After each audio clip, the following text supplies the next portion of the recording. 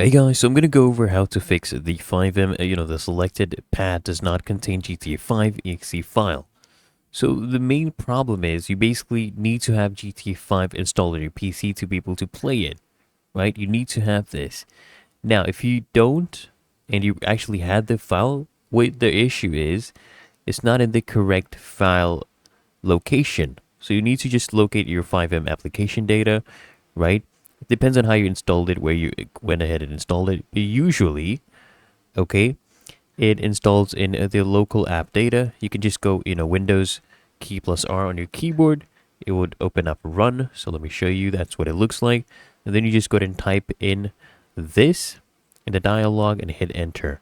Then you open the citizenfx.ini file with a text editor like Notepad. Then you edit the path on the IV path equals line and you point to your actual GTA 5 installation. Okay, that will fix the issue. If you found this helpful, smash that like button and subscribe to frequently asked questions.